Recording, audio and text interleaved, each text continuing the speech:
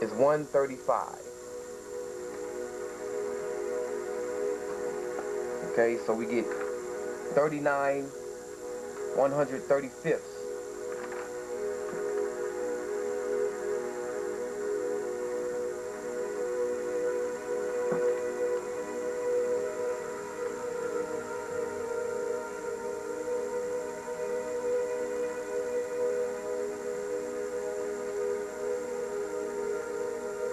Now we can still,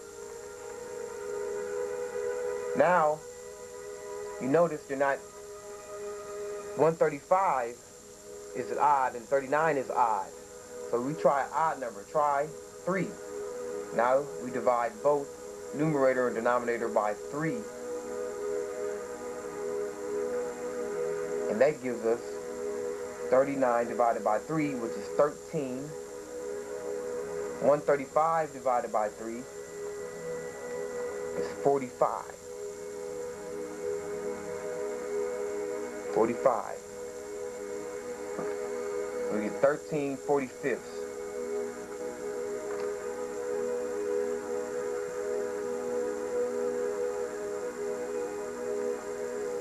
Get 2 plus 13/45.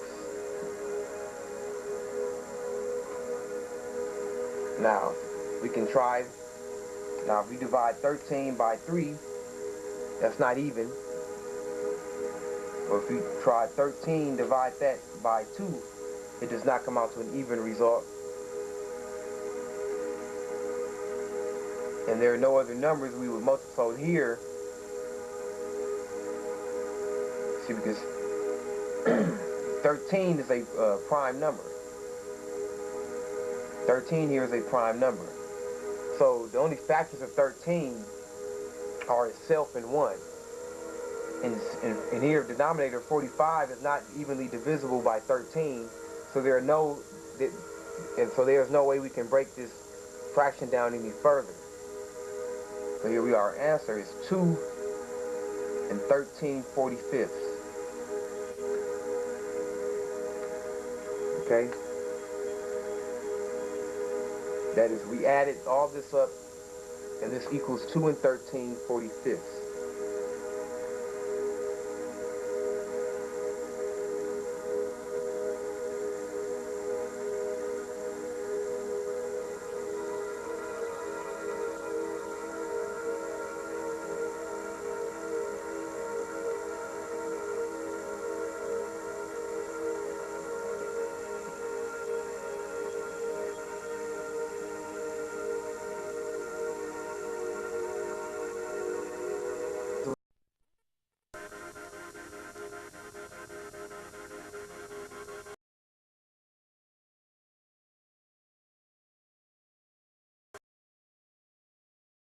All right, now we want to talk a little bit about factoring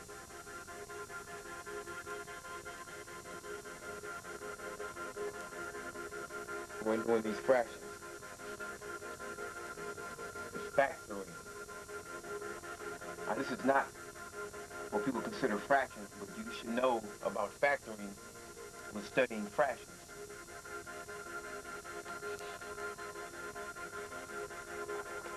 Now, the first thing I want you to know about factoring is that if A is equal to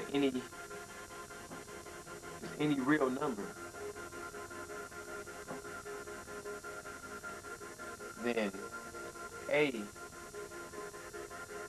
is equal to A times 1, or A is equal to 1A. You could factor out a 1 from the A.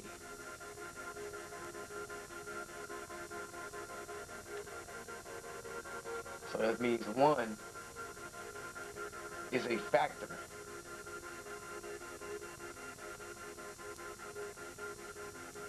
of any number.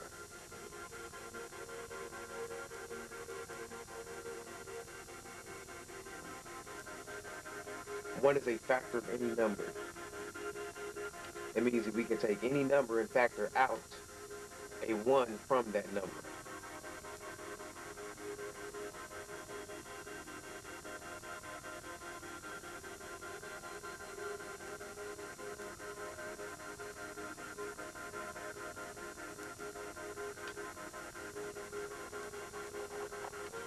So factoring out a 1 from any number, that means we have the number 4 that equals 4.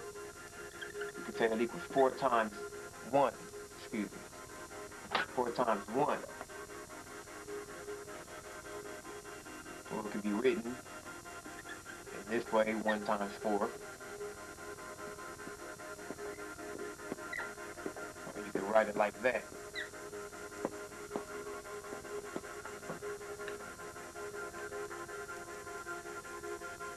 It's any number. I'll take any number. So with the fraction, with fractions, if we have a fraction a over b,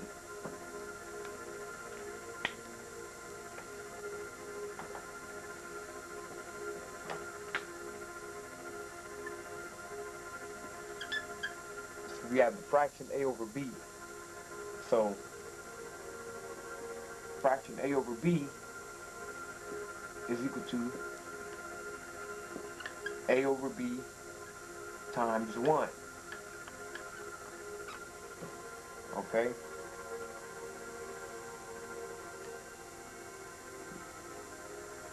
Now any number, if we multiply it by 1, it's going to just equal that same number. You can do the same thing whenever you divide a number by 1. It equals that same number.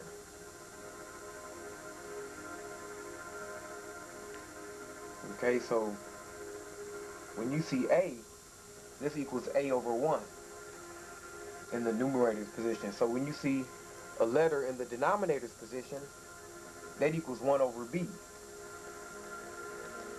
Okay? So that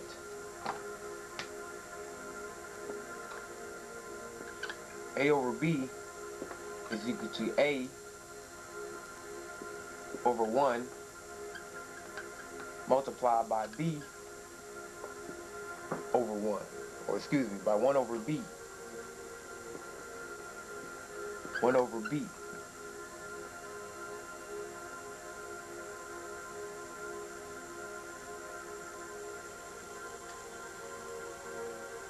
So if I have the fraction, let's say we have 3/4. 3/4 is equal to 3 over 1 multiplied by 1 over 4.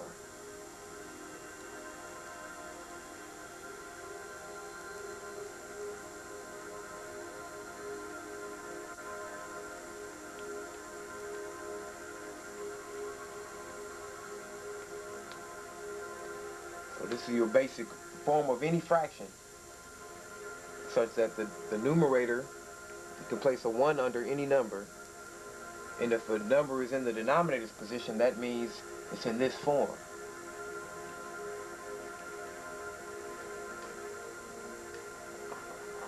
So if we want to factor, let's start by what we call factoring. Start with the number 10. Factor 10. So in factoring 10,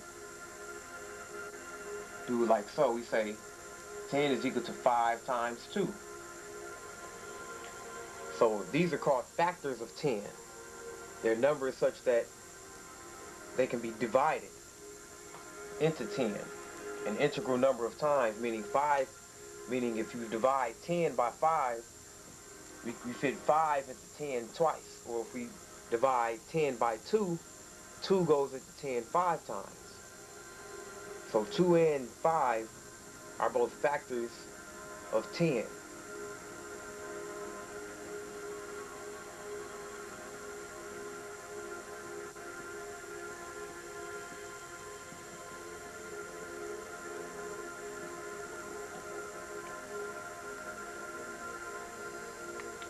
So 2 and 5 are factors of 10.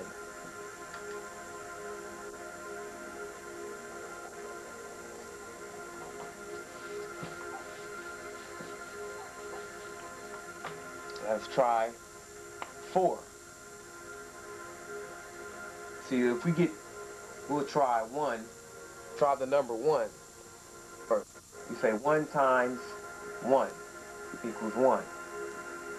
1 times 2 equals 2.